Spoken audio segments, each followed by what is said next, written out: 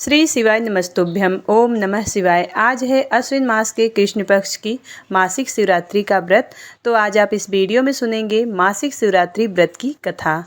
तो वीडियो को पूरा जरूर देखिएगा। वीडियो अच्छी लगे तो एक लाइक जरूर करिएगा। तो प्रेम से बोलिए भगवान शिव शंकर की जय, माता पार्वती की जय। धार्मिक मान्यताओं के अनुसार इस दिन विधि पूर्वक शिव जी की पूजा करने और व्रत रखने से मन चाहे फल की प्राप्ति होती है। और इस दिन भगवान शिव को बेलपत्र, पुष्प, धूप, दीप और भोग अर्पित करने के बाद भगवान शिव के मंत्रों का जाप किया जाता है। इसके बाद ही मासिक शिवरात्रि की पूजा इस कथा के बिना अधूरा माना जाता है। आज के दिन कथा पढ़ना बेहद शुभ माना जाता है, तो इससे भोलेनाथ भगवान अत्यंत प्रसन्न होते हैं। तो अब सुनते हैं मासिक शिवरात्रि व्रत की कथा।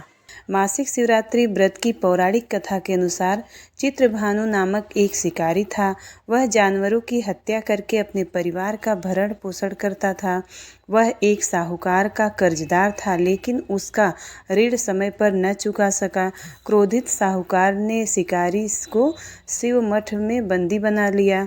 संयोग से उस दिन शिवरात्रि थी। शिकारी ध्यानमग्न होकर शिव संबंधित धार्मिक बातें सुनता रहा। चतुर्दशी को उसने शिवरात्रि का व्रत की कथा सुनी और शाम होते ही साहूकार ने उसे अपने पास बुलाया और ऋण चुकाने के विषय में बात की। शिकारी अगले दिन सारा ऋण लौटा देने का वचन देकर बंधन से छूट गया। अपनी दिनचर्या की भांति वह जंगल में शिकार के लिए निकला, लेकिन दिन भर बंदी गृह में रहने के कारण भूख प्यास से व्याकुल था। शिकार खोजता हुआ वह बहुत दूर निकल गया। जब अंधकार हो गया तो उसने विचार किया कि रात जंगल में ही बितानी पड़ेगी। वह बन एक तालाब के किनारे एक बेल के पेड़ पर चढ़कर रात बीतने का इंतजार करने लगा। बिल्व वृक्ष के नीचे शिवलिंग था, जो बिल्व पत्रों से ढका हुआ था। शिकारी को उसका पता न चला। पड़ाव बनाते समय उसने जो टहनियाँ तोड़ी वे संयोग से शिवलिंग पर गिरती चली गई। इस प्रकार दिन भर भूखे प्यासे शिकारी का व्रत भी हो गया और शिवलिंग पर बिल्व पत्र भी चढ़ गए। एक प्रहर रात्रि बीत जाने पर एक गर्भिणी हिरनी तालाब पर पानी पीने के लिए पहुंची। उसी समय शिकारी ने धनुष पर तीर चढ़ाकर ज्यों ही प्रत्यंचा खींची तो हिरनी बोली कि मैं गर्भिणी हूँ और शीघ्र ही प्रसव करूँगी। तुम एक साथ दो जीवों की हत्या करोगे, जो ठीक नहीं है। मैं बच्चे को जन्म देकर शीघ्र ही तुम्हारे समक्ष प्रस्तुत हो जाऊंगी, तब मार लेना। शिकारी ने प्रत्यंचा ढीली कर दी और हिरनी जंगली झाड़ियों में लुप्त हो गई। प्रत्यंचा चढ़ाने पर ढीली करने के वक्त कुछ बिल्वपत्र अनायास ही टूटकर शिवलिंग पर गिर गए। इस प्रकार उनसे अनजाने में ही प्रथम पहर की पूजा भी संपन्न हो गई। कुछ ही देर के बाद एक और हिरनी उधर से निकली। शिकारी की प्रसन्नता का ठिकाना न रहा। समीप आने पर उसने धनुष पर बाण चढ़ाया। तब उसे देखकर हिरनी ने विनम्रता पूर्वक निवेदन किया कि हे शिकारी, मैं थोड़ी देर पहले ऋतु से निवृत्त हुई हूँ, कामा आतुर विरहिणी हूँ और अपने प्रिय की खोज में भटक रही हूँ। मैं अपने पति से मिलकर शीघ्र ही तुम्हारे पास आऊँगी। और शिकारी ने उसे भी जाने दिया। 2 बार शिकार को खोकर उसका माथा ठनका। वह चिंता में पड़ गया। रात्रि का आखिरी प्रहर भी बीत रहा था।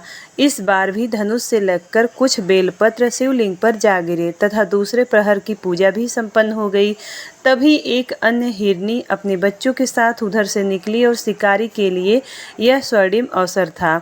उसने धनुष पर तीर चढ़ाने में थोड़ी देर नहीं लगाई और यह तीर छोड़ने ही वाला था कि हिरनी बोली कि हे शिकारी, मैं इन बच्चों को इनके पिता के हवाले करके लौट आऊंगी। इस समय मुझे मत मारो। शिकारी हंसा और बोला कि सामने आए शिकार को छोड़ दूं? मैं ऐसा मूर्ख नहीं। इससे पहले मैं 2 बार अपना शिकार खो चुका हूँ। मेरे बच्चे भूख प्यास से व्यग्र हो रहे होंगे। उत्तर में हिरनी ने कहा कि जैसे तुम्हें अपने बच्चों की ममता सता रही है, ठीक वैसे ही मुझे भी। हे शिकारी, मेरा विश्वास करो, मैं इन्हें इनके पिता के पास छोड़कर तुरंत लौटने की प्रतिज्ञा करती हूँ। हिरनी का दुख भरा स्वर सुनकर शिकारी को उस पर दया आ गई और उसने उस मृगी को भी जाने दिया। शिकार के अभाव में तथा भूख प्यास से व्याकुल शिकारी अनजाने में ही बेल वृक्ष पर बैठा और बेल पत्र को तोड़ तोड़ कर नीचे फेंकता जा रहा था। पाँव फटने को हुई तो एक हिष्ट पुष्ट मृग उसी रास्ते पर आया और शिकारी ने सोच लिया कि इसका शिकार यह अवश्य ही करेगा। शिकारी तनी भी प्रत्यंचा देखकर मृग विनीत स्वर में बोला कि हे शिकारी, यदि तुमने मुझसे पहले आने वाले 3 मृगियों का तथा छोटे छोटे बच्चों को मार डाला है तो मुझे भी मारने में विलंब ना करो, ताकि मुझे उनके वियोग में एक क्षण भी दुख न सहना पड़े। और मैं उन हिरनियों का पति हूँ। यदि तुमने उन्हें जीवन दान दिया है तो मुझे भी कुछ क्षण का जीवन दान देने की कृपा करो। मैं उनसे मिलकर तुम्हारे समक्ष उपस्थित हो जाऊंगा।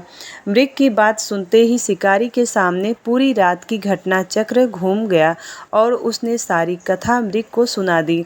तब मृग ने कहा कि मेरी तीनों पत्नियां जिस प्रकार प्रतिज्ञाबद्ध होकर गई हैं, मेरी मृत्यु से अपने धर्म का पालन नहीं कर पाएंगी। अतः जैसे तुमने उन्हें विश्वास पात्र मानकर छोड़ा है, वैसे ही मुझे भी जाने दो। मैं उन सबके साथ तुम्हारे सामने शीघ्र ही उपस्थित होता हूँ। शिकारी ने उसे भी जाने दिया। इस प्रकार प्रातः हो गई और उपवास, रात्रि जागरण तथा शिवलिंग पर बेलपत्र चढ़ने से अनजाने में ही शिकारी की शिवरात्रि की पूजा पूर्ण हो गई। पर अनजाने में की गई पूजन का परिणाम उसे तत्काल मिला। शिकारी का हिंसक हृदय निर्मल हो गया, उसमें भगवत भक्ति का वास हो गया। थोड़ी देर ही बाद मृग और पूरे परिवार के साथ शिकारी के समक्ष उपस्थित हो गया ताकि वह उनका शिकार कर सके। किंतु जंगली पशुओं की ऐसी सत्यता, सात्विकता एवं सामूहिक प्रेम भावना देखकर शिकारी को बहुत ग्लानि हुई और उसने मृग परिवार को जीवन दान दे दिया। अनजाने में ही शिवरात्रि व्रत का पालन करने पर शिकारी को मोक्ष और शिवलोक की प्राप्ति हुई। प्रेम से बोलिए भगवान शिव शंकर की जय, माता पार्वती की जय। अब सुनते हैं मासिक शिवरात्रि की दूसरी कथा। एक समय की बात है, एक ब्राह्मण नामक श्रद्धालु अपने गांव में रहता था। उसकी पत्नी बहुत धार्मिक थी और हर मास के कृष्ण पक्ष की त्रयोदशी को मासिक शिवरात्रि का व्रत का पालन करती थी। धर्मपत्नी की आदतों को देखकर ब्राह्मण ने भी इस व्रत को अपना लिया।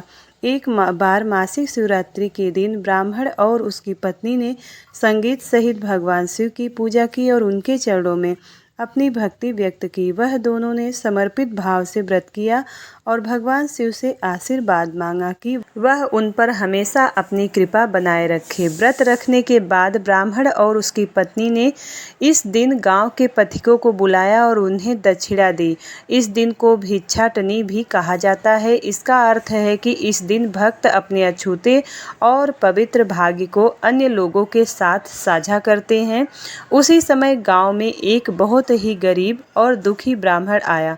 ब्राह्मण और उसकी पत्नी ने उसे भोजन के लिए बुलाया और भोजन दिया। इस प्रकार मासिक शिवरात्रि के व्रत का पालन करके ब्राह्मण और उसकी पत्नी ने न केवल अपने अछूतों को साझा किया, बल्कि दुखी लोगों को अपने साथ भोजन खिलाने का विशेषाधिकार भी दिया। इसके बाद उन्हें भगवान शिव का आशीर्वाद प्राप्त हुआ और उनकी सभी इच्छाएं, मनोकामनाएं पूरी हो गई। प्रेम से बोलिए भगवान शिव शंकर की जय, माता पार्वती की शिव पुराण कथा के अनुसार बहुत पहले की बात है। किरातों के नगर में देवराज नामक एक ब्राह्मण रहता था। वह ज्ञान में दुर्बल, गरीब, रस बेचने वाला तथा वैदिक धर्म से विमुख था। वह स्नान संध्या नहीं करता था तथा उसमें वैश्यावृत्ति बढ़ती जा रही थी। वह भक्तों को ठगता और उसने अनेक मनुष्यों को मारकर उन सबका धन हड़प लिया था। उस पापी ने थोड़ा सा भी धन कर्म के नाम पर नहीं लगाया था तथा वह वेश्यागामी और आचार भ्रष्ट था। एक दिन वह घूमता हुआ दैयोग से प्रतिष्ठानपुर झूसी प्रयाग जा पहुंचा। वहां उसने एक शिवालय देखा जहां बहुत से साधु महात्मा एकत्र हुए थे। देवराज वहीं ठहर गया और वहां पर रात गुजारी। उसे ज्वर आ गया और उसे बड़ी पीड़ा होने लगी। वहीं पर एक ब्राह्मण देवता शिव पुराण की कथा सुना रहे थे। ज्वर में पड़ा देवराज भी ब्राह्मण के मुख से शिव कथा को निरंतर सुनता रहा और 1 मास बाद देवराज ज्वर से पीड़ित अवस्था में चल बसा। यमराज के दूत उसे बांधकर यमपुरी ले गए। तभी वहां शिवलोक से भगवान शिव के पार्षदगण आ गए।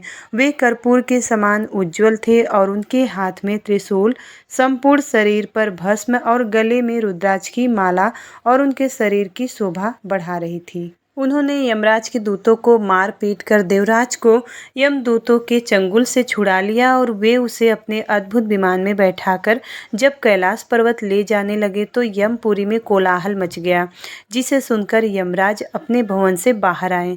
साक्षात रुद्रों के समान प्रतीत होने वाले इन दूतों का धर्मराज ने विधि पूर्वक पूजन कर ज्ञान दृष्टि से सारा मामला जान लिया। उन्होंने भय के कारण भगवान शिव के दूतों से कोई बात नहीं पूछी।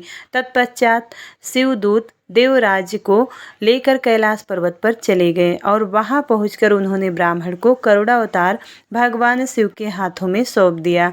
शौनक जी ने कहा कि महाभात सूत जी, आप सर्वज्ञ हैं, आपकी कृपा प्रसाद से मैं कृतार्थ हुआ।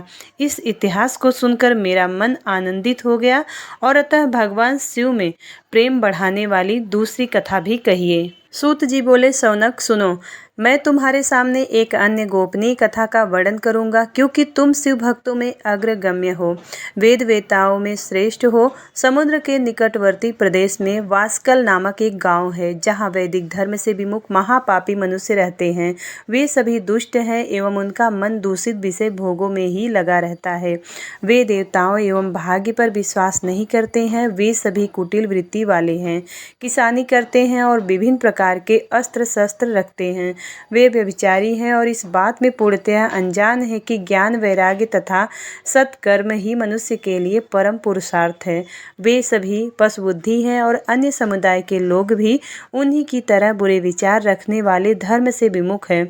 वे नित्य कुकर्म करने लगे हैं और वे सदा विषय भोगों में डूबे रहते हैं। वहाँ की स्त्रियां भी बुरे स्वभाव के, स्वेच्छाचारिणी, पाप में डूबी, कुटिल सोच वाली और व्यभिचारिणी हैं। वे भी सद्भाव, व्यवहार एवं सदाचार का सर्वथा शून्य है। वहाँ सिर्फ दुष्टों का निवास है। वास्कल नामक गांव में विंदुग्न नामक एक ब्राह्मण रहता था। वह अधर्मी, दुरात्मा एवं महापापी था। उसकी स्त्री बहुत सुंदर थी और उसका नाम चंचुला था। वह सदा उत्तम धर्म का पालन करती थी, परंतु विंदुग्न वेश्यागामी था। इस तरह कुकर्म करते हुए बहुत समय व्यतीत हो गया।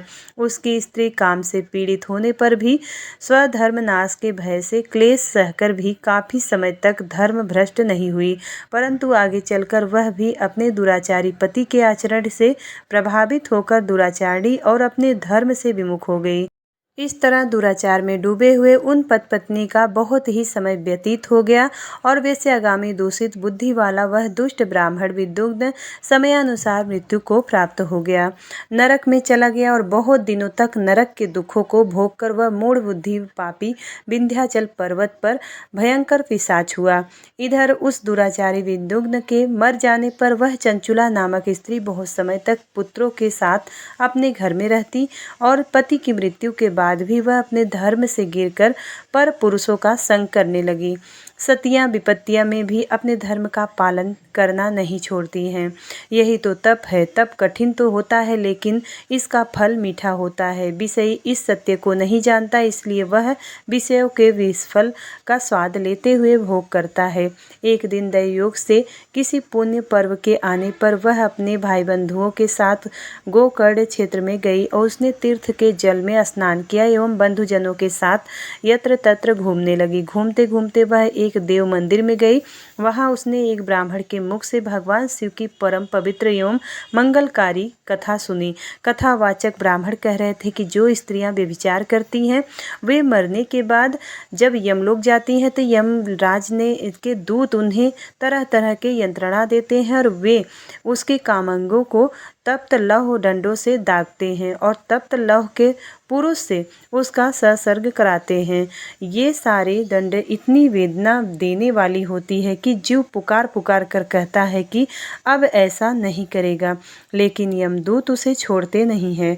कर्मों का फल तो सभी को भोगना पड़ता है। देव, ऋषि, मनुष्य सभी इससे बंधे हुए हैं और ब्राह्मण के मुख से यह वैराग्य बढ़ने वाली कथा सुनकर चंचुला भय से व्याकुल हो गई। कथा समाप्त होने पर सभी लोग वहां से चले गए। तब कथा वाचने वाले ब्राह्मण देवता से चंचुला ने कहा कि हे ब्राह्मण, धर्म को न जानने के कारण मेरे द्वारा बहुत बड़ा दुराचार हुआ है। स्वामी, मेरे ऊपर कृपा करके मेरा उद्धार कीजिए। आपके प्रवचन को सुनकर मुझे इस संसार से वैराग्य हो गया है। मुझ मूढ़ चित्त वाली पापनी को धिक्कार है। मैं निंदा के योग्य हूँ। मैं बुरे विषयों में फंसकर अपने धर्म से विमुख हो गई थी, और कौन मुझ जैसी कुमार्ग में मन लगाने वाली पापनी का साथ देगा। जब यमदूत मेरे गले में फंदा डालकर मुझे बांधकर ले जाएंगे और नरक में मेरे शरीर के टुकड़े करेंगे, तब मैं कैसे उन महायातनाओं को सहन कर पाऊंगी, और मैं सब प्रकार से नष्ट हो जाऊंगी, क्योंकि अभी तक मैं हर तरह से पाप में डूबी रही हूँ। हे ब्राह्मण, आप मेरे गुरु हैं और आप ही मेरे माता पिता हैं। मैं आपकी शरण में आई हूँ। मुझ अबला का अब आप ही उद्धार कीजिए। सूत जी कहते हैं कि सौनक इस प्रकार विलाप करती हुई चंचुला ब्राह्मण देवता के चरणों में गिर पड़ी, और तब ब्राह्मण ने उसे कृपापूर्वक उठाया और इस प्रकार कहा कि नारी, तुम सौभाग्यशाली हो जो भगवान शिव की कृपा से तुमने वैराग्यपूर्ण शिव पुराण की कथा सुनकर समय से ही अपनी गलती का एहसास कर लिया है। तुम डरो मत और भगवान शिव की शरण में जाओ। उनकी परम कृपा से तुम्हारे सभी पाप नष्ट हो जाएंगे, और मैं तुम्हें भगवान शिव की कृपा सहित वह मार्ग बताऊंगा जिसके द्वारा तुम्हें सुख देने वाली उत्तम गति प्राप्त होगी। शिव कथा सुनने से तुम्हारी बुद्धि शुद्ध हो जाएगी, और तुम्हें पश्चाताप हुआ है वह सब मन में वैराग्य उत्पन्न हुआ है। पश्चाताप ही पाप करने वाले पापियों के लिए सबसे बड़ा प्रायश्चित है। पश्चाताप ही पापों का शोधक है। इससे ही पापों की शुद्धि होती है। सत्पुरुषों के अनुसार पापों की शुद्धि के लिए प्रायश्चित पश्चाताप से ही संपन्न होता है। जो मनुष्य अपने कुकर्म के लिए पश्चाताप नहीं करता वह उत्तम गति प्राप्त नहीं करता, परंतु जिसे अपने कृत्य पर हार्दिक पश्चाताप होता है तो वह अवश्य ही उत्तम गति का भागीदार होता है। इसमें कोई शक नहीं है। शिवपुराण की कथा सुनने से चित्त की शुद्धि एवं मन निर्मल हो जाता है। शुद्ध चित्त में ही भगवान शिव व पार्वती का वास होता है। वह शुद्ध आत्मा पुरुष सदाशिव के पद को प्राप्त होता है। इस कथा का श्रवण सभी मनुष्यों के लिए कल्याणकारी है, अतः इसकी साधना, आराधना व सेवा करनी चाहिए। यह कथा भव बंधन रूपी रोग का नाश करने वाली है। भगवान शिव की कथा सुनकर हृदय में उसका मनन करना चाहिए। इससे चित्त शुद्ध होती है, और चित्त शुद्ध होने से ज्ञान और वैराग्य के साथ महेश्वर की भक्ति निश्चय ही प्रकट होती है, तथा उसके अनुग्रह से दिव्य मुक्ति प्राप्त होती है। जो मनुष्य माया के प्रति आसक्त है वह इस संसार बंधन से मुक्त नहीं हो पाता है। हे ब्राह्मण पत्नी, तुम अन्य विषयों से अपने मन को हटाकर भगवान शंकर की इस परम पावन कथा को सुनो। इससे तुम्हारे चित्त की शुद्धि होगी और तुम्हें मोक्ष की प्राप्ति होगी। जो मनुष्य निर्मल हृदय से भगवान शिव के चरणों का चिंतन करता है उसकी एक ही जन्म से मुक्ति हो जाती है। सूत जी कहते हैं कि सौनक यह कहकर वे ब्राह्मण चुप हो गए और उनका हृदय करुणा से भर गया। वे ध्यान में मग्न हो गए और ब्राह्मण का उक्त उपदेश सुनकर चंचुला के नेत्रों में आनंद के आंसू छलक आए। वह हर्ष भरे हृदय से ब्राह्मण देवता के चरणों में गिर आई और हाथ जोड़कर बोली कि मैं कृतार्थ हो गई हूँ। हे ब्राह्मण, शिव भक्तों में श्रेष्ठ स्वामिन, आप धन्य हैं। आप परमार्थदर्शी हैं और सदा परोपकार में लगे रहते हैं। साधो, मैं नरक से समुद्र में गिर रही हूँ और कृपा करके मेरा उद्धार कीजिए। जिस पौराणिक व अमृत के समान सुंदर शिव पुराण की कथा की बात आपने की है उसे सुनकर ही मेरे मन में वैराग्य उत्पन्न हुआ है। उस अमृतमयी शिव पुराण कथा को सुनने के लिए मेरे मन में बड़ी श्रद्धा हो रही है। कृपया आप मुझे उसे सुनाइए।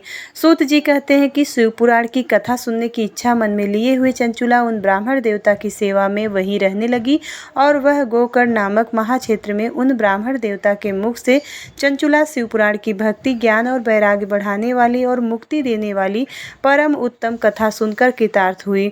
उसका चित्त शुद्ध हो गया और वह अपने हृदय में शिव के सगुण रूप का चिंतन करने लगी। वह सदैव के लिए सच्चिदानंदमय स्वरूप का स्मरण करती थी, और तत्पश्चात अपना समय पूर्ण होने पर चंचुला ने बिना किसी कष्ट के अपना शरीर त्याग दिया। उसे लेने के लिए एक दिव्य विमान वहां पहुंचा, और वह विमान शोभा साधनों से सजा हुआ था। वह शिवगणों से सुशोभित था। चंचुला विमान से शिवपुरी पहुंची और उसके सारे पाप धुल गए। वह दिव्यांगना हो गई। वह गौरांगी देवी मस्तक पर अर्धचंद्र का मुकुट व अन्य दिव्य आभूषण पहने शिवपुरी पहुंची। वहां उसने सनातन देवता तीन नेत्रधारी महादेव शिव जी को देखा और सभी देवता उनकी सेवा में भक्ति भाव से उपस्थित थे। उनकी अंग कांति करोड़ों सूर्यों के समान प्रकाशित हो रही थी। 5 मुख और हर मुख में 3-3 नेत्र थे। मस्तक पर अर्धचंद्राकार मुकुट शोभायमान था और कंठ में नील चिन्ह था। उनके साथ में देवी गौरी विराजमान थी और जो अद्भुत पुंज के समान प्रकाशित हो रही थी। महादेव जी की कांति कपूर के समान गौर थी और उनके शरीर पर श्वेत वस्त्र थे तथा शरीर श्वेत भस्म से युक्त था। इस प्रकार भगवान शिव के परम उज्ज्वल रूप के दर्शन कर चंचुला बहुत प्रसन्न हुई और उसने भगवान को बारंबार प्रणाम किया और वह हाथ जोड़कर प्रेम, आनंद और संतोष से युक्त हो विनीत भाव से खड़ी हो गई। उसके नेत्रों से आनंद आश्रुओं की धारा बहने लगी। भगवान शंकर व भगवती गौरी उमा ने करुणा के साथ सौम्य दृष्टि से देखकर चंचुला को अपने पास बुलाया। गौरी उमा ने उसे प्रेम पूर्वक अपनी सखी बना लिया। चंचुला सुखपूर्वक भगवान शिव के धाम में उमा देवी की सखी के रूप में निवास करने लगी। प्रेम से बोलिए भगवान शिव शंकर की जय। उम्मीद करती हूँ वीडियो आपको पसंद आती है। यदि वीडियो पसंद आए तो वीडियो को लाइक करिएगा। चैनल पर पहली बार आए हैं तो सब्सक्राइब जरूर करिएगा और कमेंट बॉक्स में भगवान शिव और माता पार्वती की जय जरूर लिखिएगा। तो मिलती हूँ अगली वीडियो में, तब तक के लिए हर हर महादेव।